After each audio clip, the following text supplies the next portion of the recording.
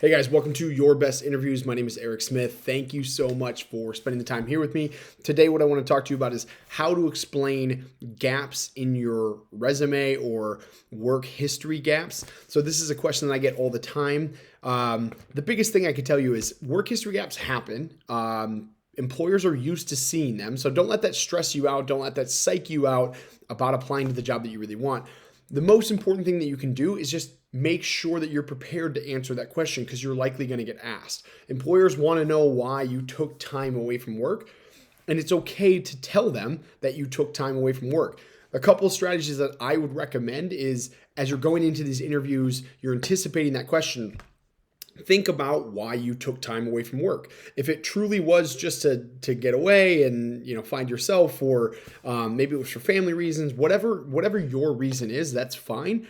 The important thing is that you own that and you explain why you took that time away, but also emphasize things that you learned with that gap, right? So maybe during that gap period, you were growing your skills in certain ways. Maybe you were volunteering your time somewhere different, or maybe it just gave you a different perspective and allowed you to change your entire perspective going back into work, right? So sometimes a gap in time away or a gap in your work history can change your entire mindset and approach to re-entering the workforce.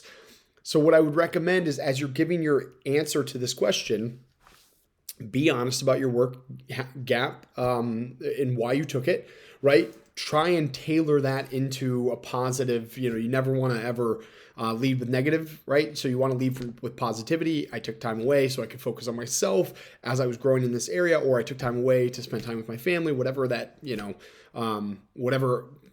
task you were trying to accomplish by taking that break. But then emphasize some of the things that you learned or that you gained with your gap in employment. What skills did you learn? Where did you spend your time? What became a priority that really helped you grow as an individual? And how did your perspective change? And why are you so excited to re-enter and be interviewing with the company that you're interviewing with?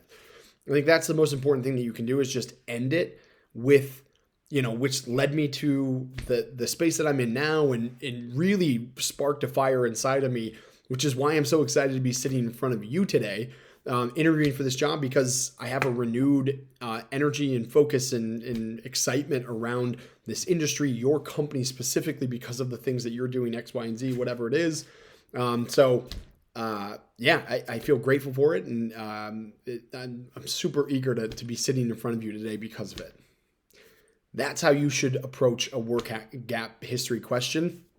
It's just lead with positivity, own why you took that gap, explain some of the things that you took away, some of the things that you gained during that time period, and why it led you to sitting in front of them today in the interview, and then move on. It's as simple as that. You don't have to dwell on it. You don't have to talk in circles. You don't have to give a 5-minute answer. Be direct, be upbeat about it, be positive about the things that you gained in that time period, and then explain exactly why it led you to sitting in front of them and why you're so eager and excited about it. And then move on with the question. They're not going to spend all their time on that. They're really just assessing whether or not it's a red flag, or if you show, that your time away was a positive experience and something that you gained from.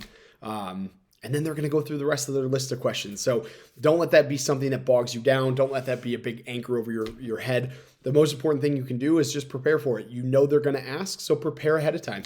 Make sure you've got your answer.